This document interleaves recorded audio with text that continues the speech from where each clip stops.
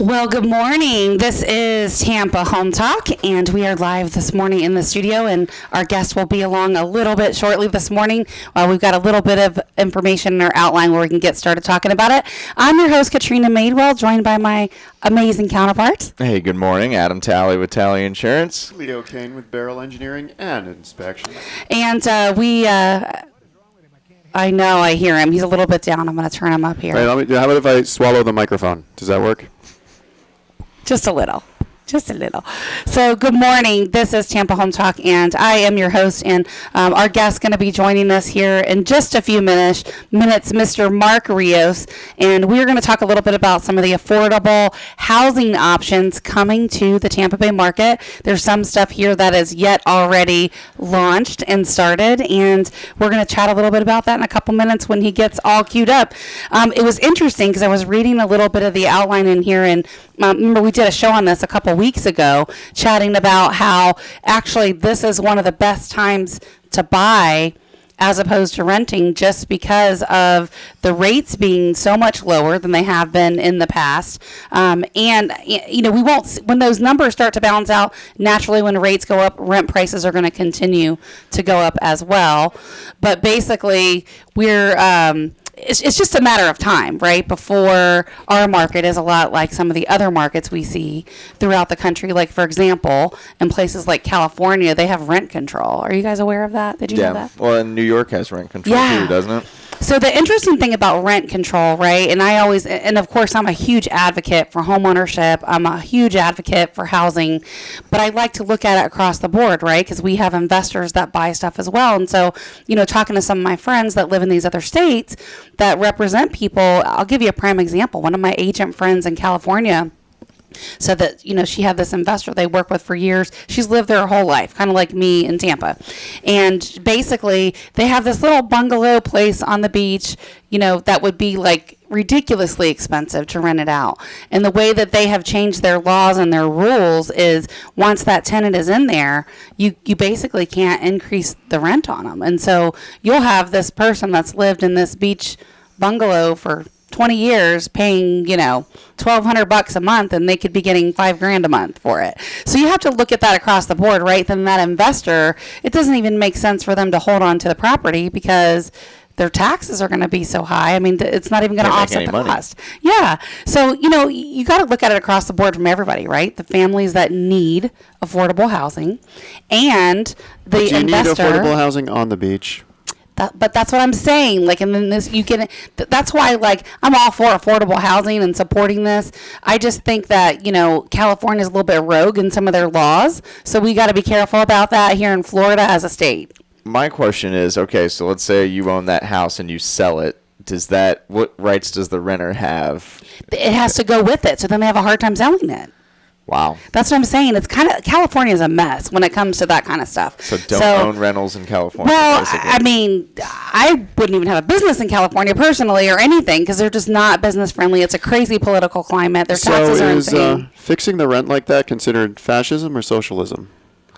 I would err more towards the side of socialism, but, you know. I don't know. That's a good question. It's California, so. It's just odd that they can tell you can't rent it, and then they can triple and quadruple your tax every year. Right. I know, but that's what I'm saying. Like, California is just strange. So anyway, without further ado, let's introduce our guest this morning, Mr. Mark Rios. Welcome to the show. Good morning. Good morning. Thanks for having me. He's with Metropolitan Ministries, and we're going to talk a lot about the project that you are working jointly with Blue Sky Communities, right, to launch some affordable housing here in Tampa? That's right. So I'm going to give a little shameless plug to Metropolitan Ministries, if you don't mind. We love Metropolitan Ministries. We support you guys. As a matter of fact, we collect food a lot, and I actually have some here if you want to take it with you. I will. Okay. I will. Thank you for your support. Metropolitan Ministries was founded in 1972 and started up. It was a collective of 13 churches in the downtown area, Tampa area. And it started off as a soup kitchen and eventually evolved into what it is now. So we have two campuses. Our main campus is in downtown Tampa, but we have a smaller campus in Holiday, Florida. Mark, for the person listening, talk and we've had you guys on the show before, but talk a little bit about what Metropolitan Ministries is now. What it is now, yeah. So it's it's changed with the demographic, it's changed with the environment, and it's changed with the need. So on our Tampa campus and Pasco campus, we have 124 units, transitional housing units. So we're able to house 124 families on our campuses. Last year, we have a large kitchen on our Tampa campus. We're able to serve 1.9 million meals. And this is giving meals to other community centers and other churches as well. So just not on our campus.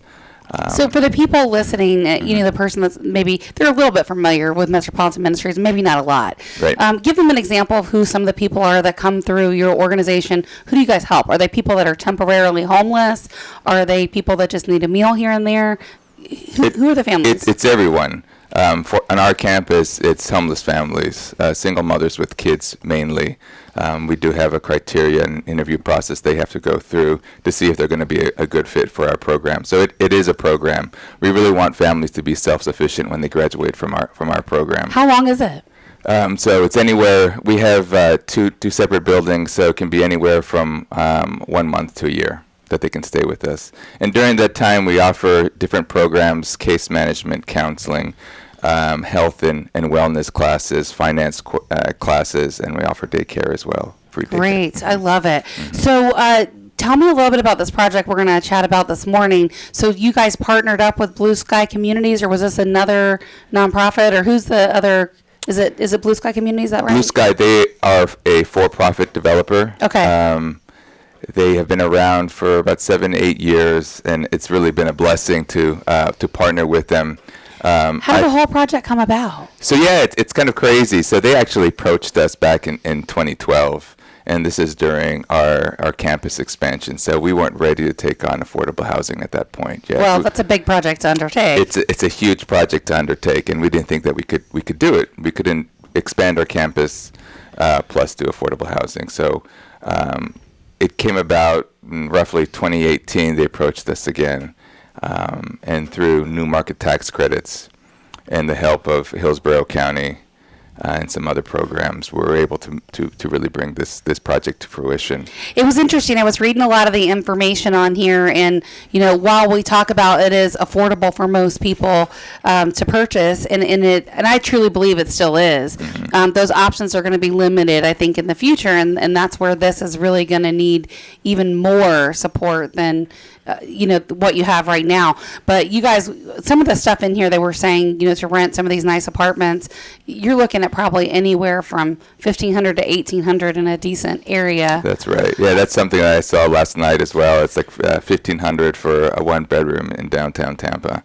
So if you have someone that is cost burden, how can they afford that? The area median income for Tampa is roughly $46,000 for one person, and if they're cost burden or if they have a child and daycare expenses are just through the roof. Oh my God, astronomical. And you're trying to maintain a job, I don't know how you can do it. So this is what I was reading, because you already have the first phase launched, right? And it's in the Seffner area? That's right. So it's a 112 unit complex.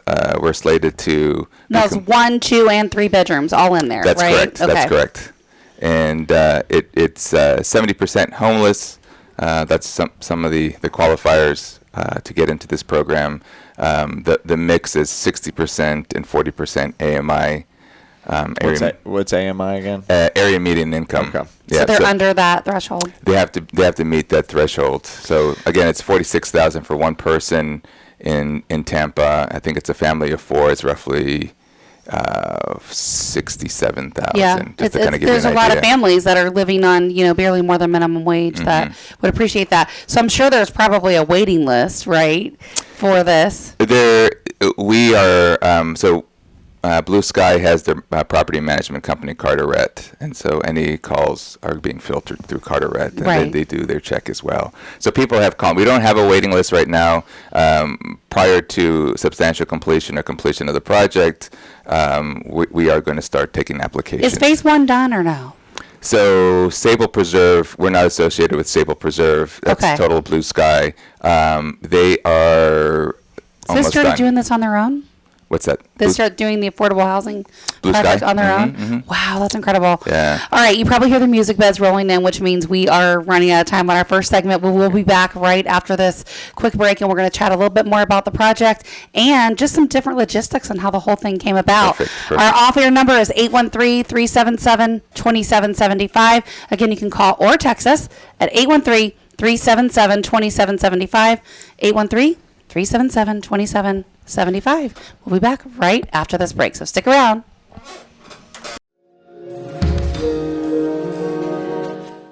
Well, good morning. Welcome back. Leo Kane here with Mark Rios from Metropolitan Ministries. We're talking about helping the helpless get homes. Are you all in, Leo? Are you going to be engaged this hour? Yes, a And little I'm bit. joined with Katrina Madewell and Adam Talley. That's Talley me. from Talley Insurance. That's me just giving Leo a hard time this morning. All in love, right? All Always in giving love. me a hard We got to time. get him some coffee, get him woken up over here. How about I've some, never seen him drink coffee. No, I don't drink coffee. Yeah. If I had a sip of caffeine, I wouldn't sleep for 2 days. Do you even drink tea or anything like that? No. What do you drink? Just water or soda? I drink fermented Mountain Dew? water that's been turned into an alcohol base. Oh, of course. And, Yes. then I drink water. Those Got are it. really it, those two things. Okay. Interesting. Well, if you're just joining us, our guest today is Mark Rios with Metropolitan Ministries for Hour One. We're talking a little bit about how this affordable housing project came about, and some of the rent prices have really climbed up in the Tampa Bay area over the several years. And so a lot of the folks that they help are either homeless or way under the area median income stats. Curious question for you, Mark, going back to what you said in the first segment where your program is anywhere from a month to a year to kind of get them self-sufficient and get them out on their own. How do those rules apply, or do they, for the affordable housing options? Like, are you guys working towards them earning more to get on their own and maybe like buy their own home one day, or is this a long-term solution? No, I personally, I see this as a stepping stone to a long-term solution. So for us, particularly when residents graduate from our program, they're starting out. For this particular project, they have to be 70% of the residents coming into this project have to be homeless or formerly homeless. So residents that are currently living with us are considered homeless according to the Florida definition of homelessness. Got it. So definitely, it is a stepping stone to something maybe larger if their family starts to grow. Yeah. So just for example, the breakdown of rental costs for this unit disabled place is anywhere from $400 to $900, and that's depending on the size of the unit as well. So 1 bedroom to 3 bedrooms again. Right. So really affordable. Now, this was a big project, I'm sure. Do you know anything about the qualifications for the folks that live in the affordable housing? Because from what I saw, a lot of your people make like, $10, $12 an hour. It's really just based on total household income. And is there any other qualifications? Total household income, and then we look at credit history as well and criminal background history. We want them to be successful. So this project is a little different, and we are fortunate to be able to offer supportive services at this affordable housing complex as well. So supportive services being case management.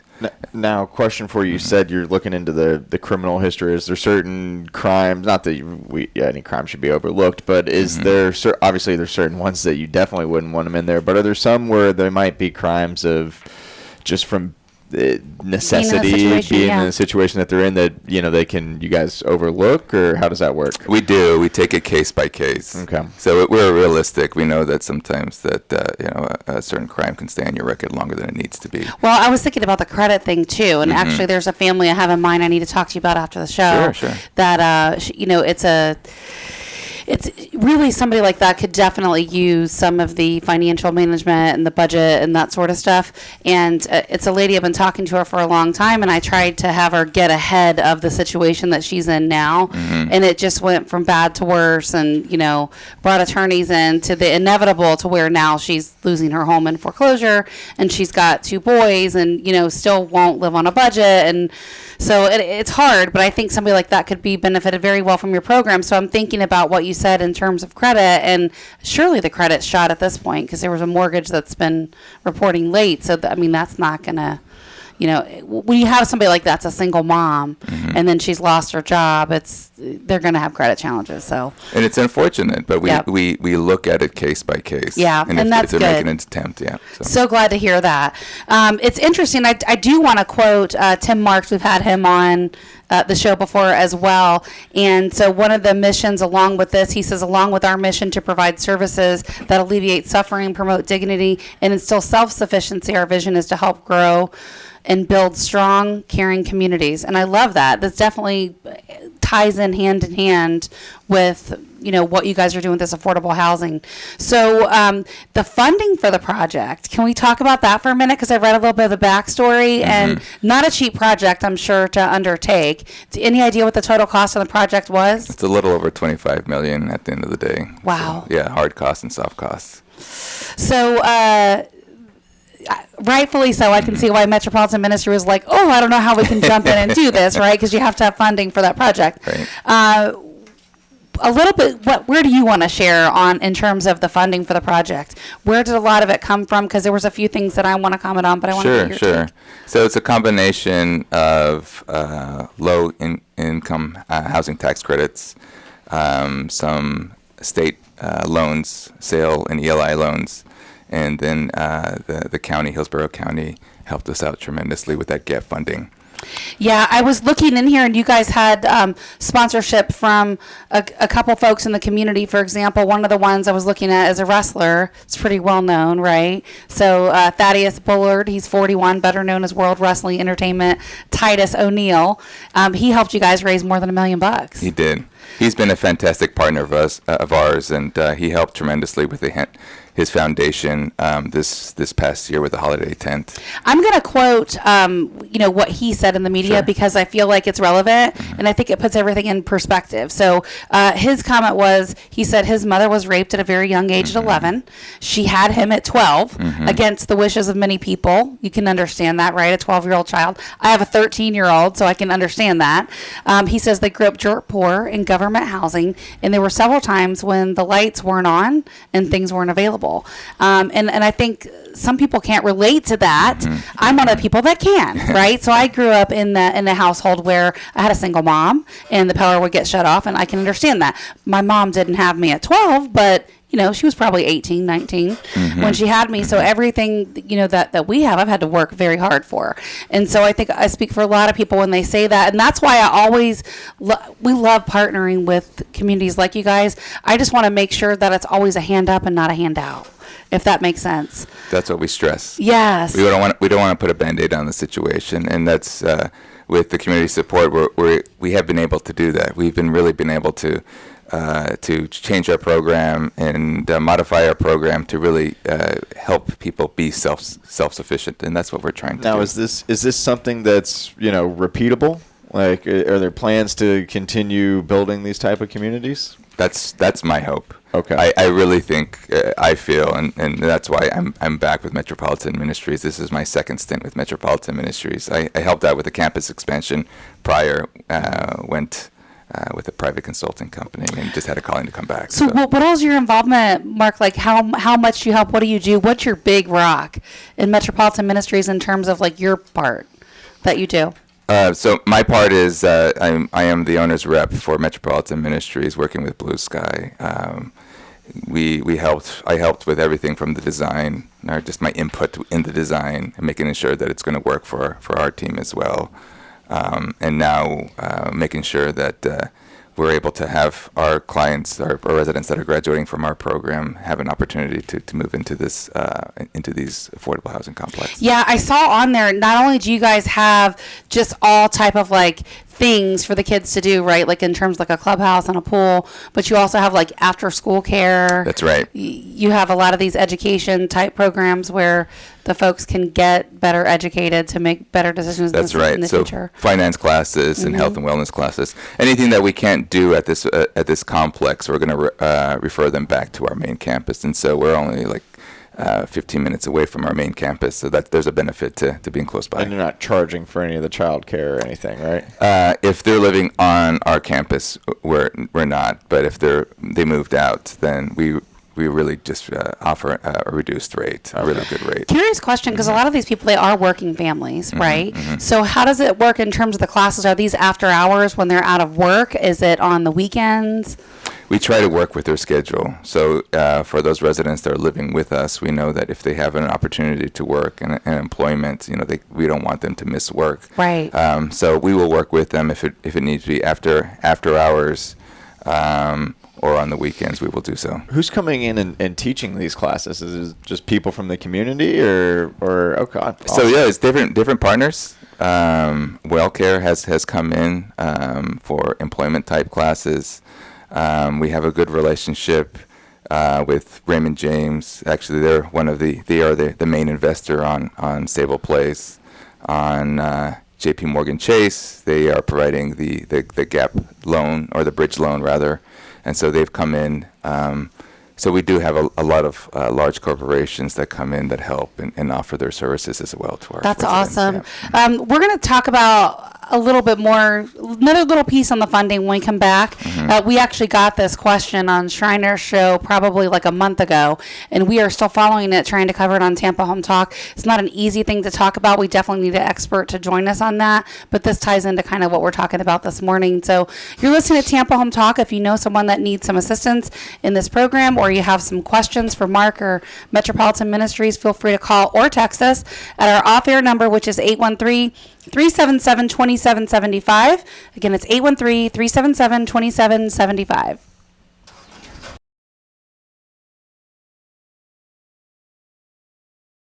And welcome back to Tampa Home Talk. This is Adam Talley with Talley Insurance, joined by Mark Rios with Metropolitan Ministries, and as always, Katrina Madewell with Keller Williams, and Leo Kane of Beryl Project Engineering and Inspections. And today we're talking all Making about sure that your home does not fall on itself. Yes. And today we're talking all about affordable housing in Tampa Bay, which is a big need around here. So Definitely. Adam will make sure if a hurricane comes through and blows your house down, you have one to come, to get rebuilt. yes, absolutely. So, yeah, we've had a lot of, I've enjoyed talking to you about it and, answered a lot of my crazy questions that I get. But, so you guys are going to be doing the groundbreaking ceremony soon. Isn't that this month? So we had for Stable Place. Yeah, or did I miss it already? We missed it already. I missed you it, missed okay. So it was in October. I'm always late to the party. When was it? October. Oh, October. I'm really late to the party. Dang. But we'll have a ribbon cutting ceremony, so we'll definitely invite you to that. That must be what I'm thinking. Yeah. Okay. What's the timeline for construction? So I was out at a meeting yesterday at the job site. So the first floor has been constructed, at least the block portion of it, and they're moving up to the second floor. Right now, we're slated to be complete by the end of this year. So we're targeting. Oh, wow, it's going to move quick. Yeah, November of this year. Wow. That'll be nice for some nice. families. Right And is after the it holidays. three stories? 3 stories, 112 units. What's your background? Is it in the construction arena, or what's your background? Yeah, so my background is in architecture and construction management. Okay. Yeah, Okay. and I worked for Suffolk Construction in South Florida during the housing boom.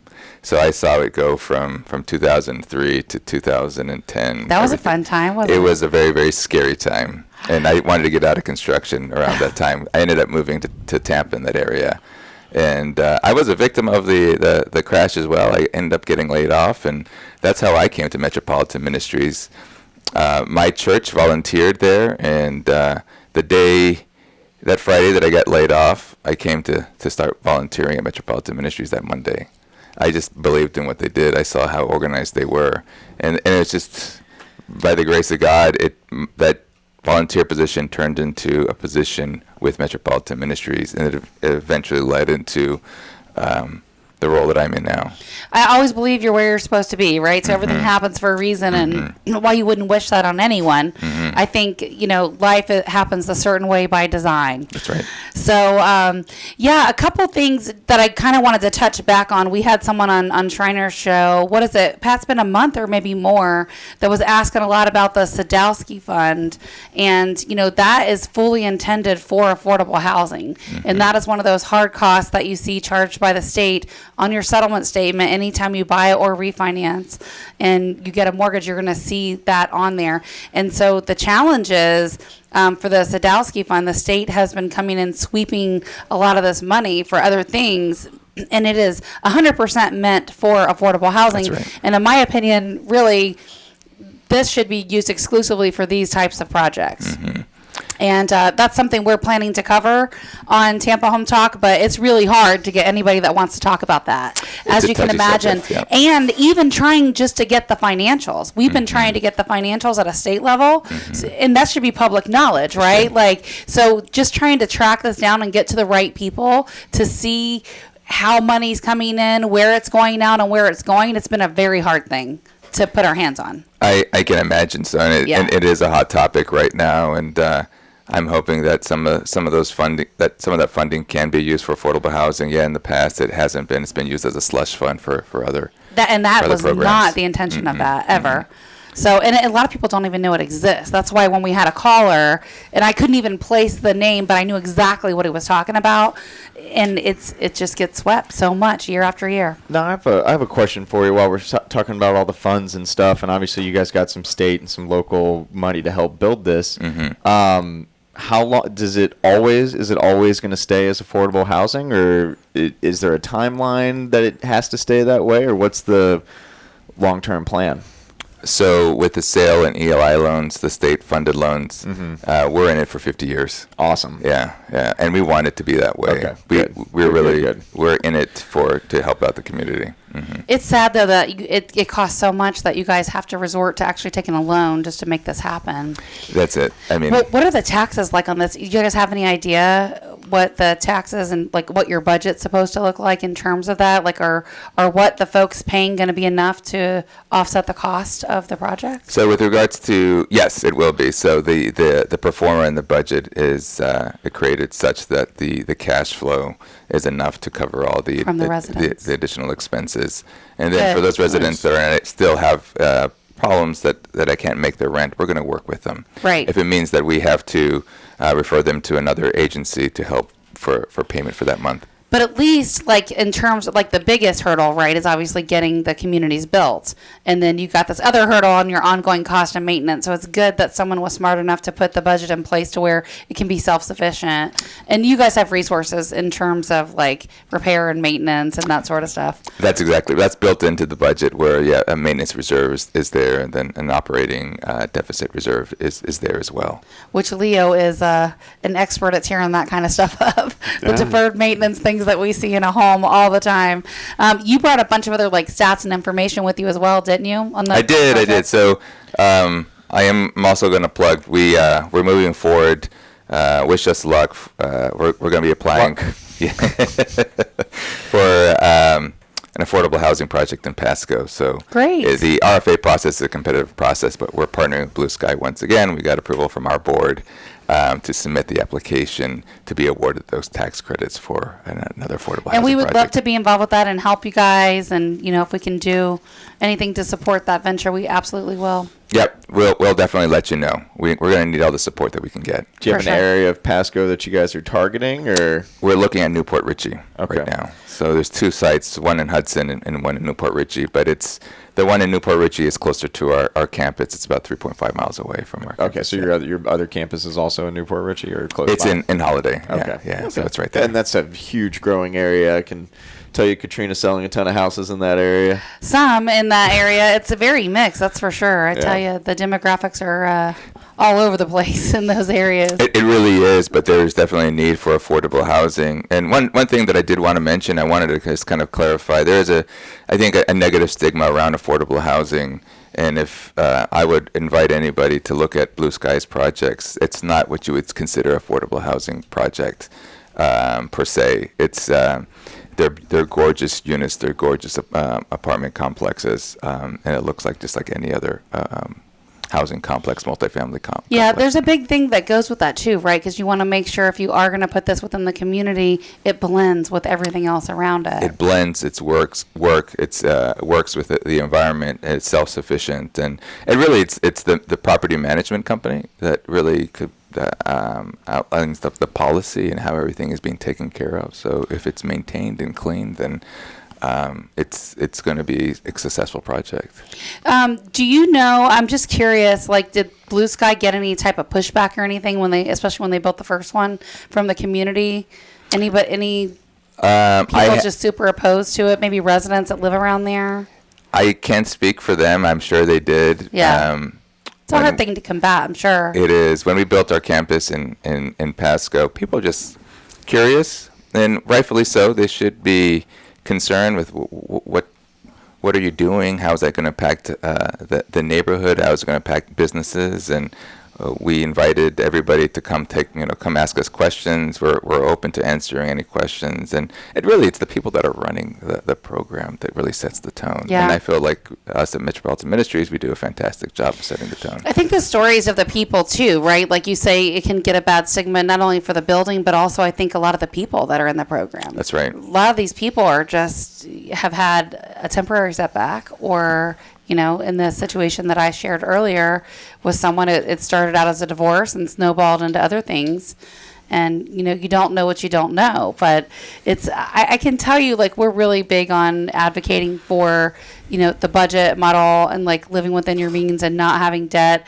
And so, it's easy to look back on that whole situation. But looking at it in hindsight, she was married. They took cash out on the house. She had originally bought it before the marriage. So I can't help but think, okay, what if you had that same original loan? She probably wouldn't have been forced out of the home, right? But you have these series of events that happen, and, you can only learn from those. And then I've seen that as well. I mean, I when I started off at Metropolitan Ministries, it had nothing to do with real estate or construction management or architecture whatsoever. I helped out in the outreach department. So seeing clients that needed food just to make it to the next month because the food stamps weren't enough. Those individuals that were living on the streets just needed a hygiene pack. They just needed deodorant or toothpaste. It was a tough time when I started 2011, 2012. So you saw the families that were stable at one time. It was embarrassing for them, for lack of a better word, to ask for help. And I gave you my testimony, my story, by no fault of my own. Did I want to be in a situation where I was laid off and I had to ask for help as well? Right. But I think people can relate to that, right? Very much so, they can. I can tell you the reason why I still do Tampa Home Talk today, 6.5 years later, is because when we started this show, Real Estate Radio Network was actually launching all over the country. And when they first approached me to do a radio show in Tampa, I told them no. I said, why would I do a radio show? I'm a real estate person. I'm not a radio person. And so you are now. I am now. But as things progressed, what happened was it was the timing, right? So I looked at Real Estate Radio Network at the time. Their mission was really to bring more of a positive spin to the media around home ownership, because everything that we saw on the news at that time was about everything that was crashing and burning, the banks that were imploding, people that weren't making their mortgage payments. They weren't talking about the people that were. They weren't talking about all these other folks that were still doing things right. And, I can think about this couple that really, when I think back to Tampa Home Talk, its inception and when it started, there was a couple named Carlos and Miriam, and they had been long-term clients. I probably helped them for the first time 20 years ago. They bought a brand new home. It was constructed. I was a lender at the time, so their agent referred them to me. The builder's lender couldn't get it done or whatever. So here we are. We set them up to buy this home.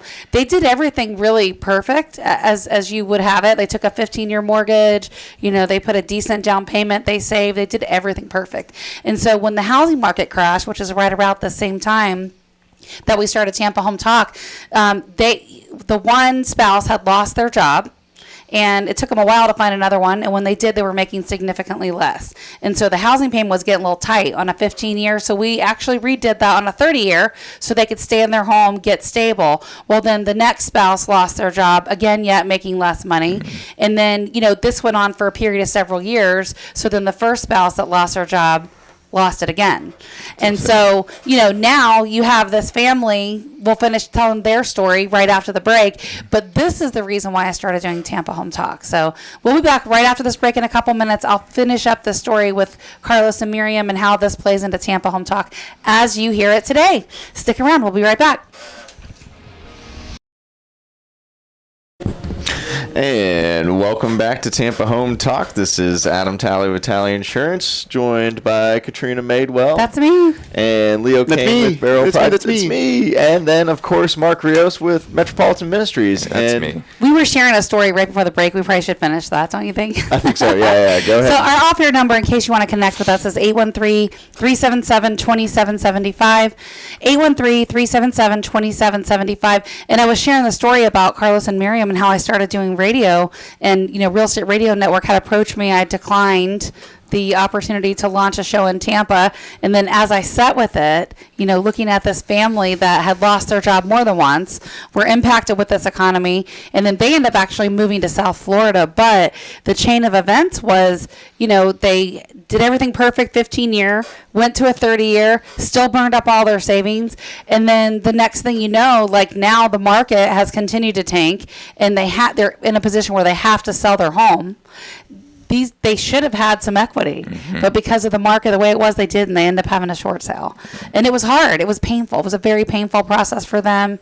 And, when I look at that whole situation, it was that family, among others, that made me say, yeah, you know what? I will do Tampa Home Talk. I will talk about what's going on out there. I will talk about some of the people that are still doing stuff right and what we can all learn from this lesson.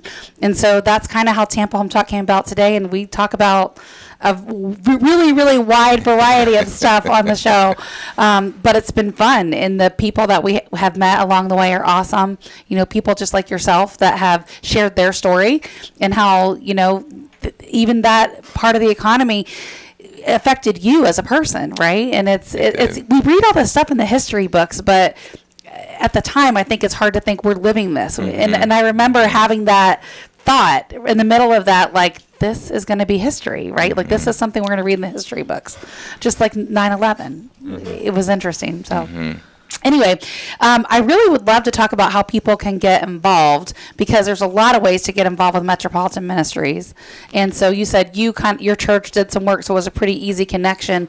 What about the person that doesn't know where to start? What are some of the things you guys need the most? How can somebody begin in terms of helping, and what's that process like to be an approved volunteer?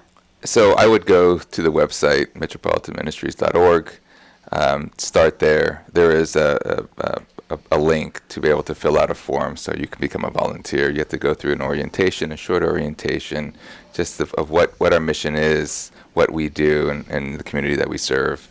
At that point, then you can register to volunteer. We have different events throughout the year. Our biggest event is probably the event that's most known in the Tampa Bay community is our holiday tent. It goes up in October, it comes down in January, and I think I mentioned we served over 25,000 families this past year. We usually collect food at our holiday parties and stuff, and donate it to either you guys or Feeding America.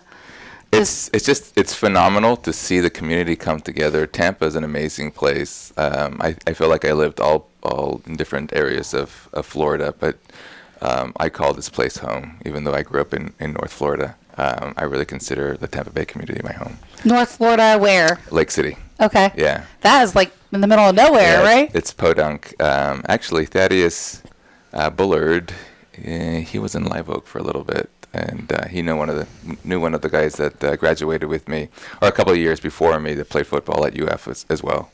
Yeah. So kind of a small world. What are the items you guys need the most right now, other than volunteers and time? I know you can always use those. Are there any items that you need? I noticed you mentioned toiletries, and we've talked about food. Is there anything specific you guys have a shortage of? I know when my time in outreach, it was shoes, men's shoes. Are hard to come by. I don't know. There's varying sizes, or varying sizes. Size 10 seems to be popular. Hygiene products, so deodorant and toothbrushes as well. Underwear, believe it or not. Socks. New underwear, new socks. New underwear, new socks. And I know there's a tendency for men to hold on to things until they just become like a fine silk. And What is that about you guys? It's laziness. No one can see it. laziness. There you go. I like that. It's transparent. Honesty, He's gonna call it you just love like it. it It's is. laziness. So, are you looking for people to donate their items or new items, or with undergarments? Well, of course, yeah. I was being funny, but I yeah. prefer, yes. But shoes new and stuff, like they're shoes, in they good can be shape? used, yeah, Okay. just in good shape. We have, again, residents that are living with us that are trying to get employed. So I know that work boots sometimes come in handy if they're going to go into a construction job or work in a kitchen. Shoes that are waterproof, older suits that they could use for interview process. Sure. Those are the things that come to mind right now. During the holidays, it's really like turkeys and Right. hams and cranberries and toys. All the things that people need the most. A really exciting project. Too bad we didn't think to invite Blue Sky in here with you guys. They Maybe would have next added time. a lot of value Yeah, maybe next time. to the conversation as well. What would they say if they were here? Anything we should add? I can speak on their behalf and just it's been amazing to work with them this past year. Really, coming into it, I wasn't sure what to expect. I think developers sometimes get a bad name, and working in South Florida too. It's a tough market, but they really believe in our mission.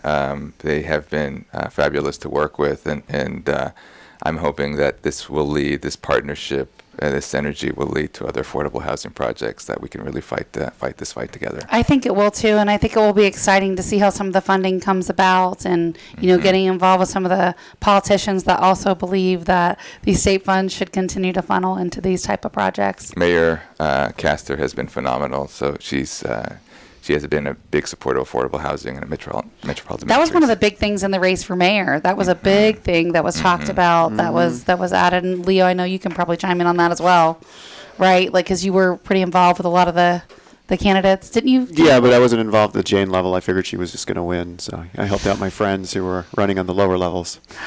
Got it. I never thought she was going to lose. I mean, it was just. This isn't a political show, so I can't get into that view. Right. Yeah. Well, she has a good reputation, I would say, in the community, and that Definitely. probably helped. Yeah, Former police chief. Yeah. captain, yeah. Done a lot of good for the community. Continues to do a lot of good for the community. Absolutely. So the project, again, that we were talking about with Mark Rios here today is the one with Blue Sky Communities. And again, they're building some affordable housing in the Seffner area and some other projects to come about. Any closing thoughts or... Yeah, just thank you to the community and for your continued support. If any of you have any questions, definitely you can send me an email at mark.rios@metromin.org, or you can go onto our website, and if Yeah. you guys are interested in volunteering. And we can get you guys all that information as well. Most of you are familiar with our off-air number, so just text us. We'll get you connected with Mark, 813-377-2775. Again, 813-377-2775. We'll be back for hour number 2 in just a couple minutes. We've got a little bit of a fun topic planned for you guys. A little bit out of the norm, but we're going to have some fun with it. Remember, love where you live, or we're going to fix it. Welcome home.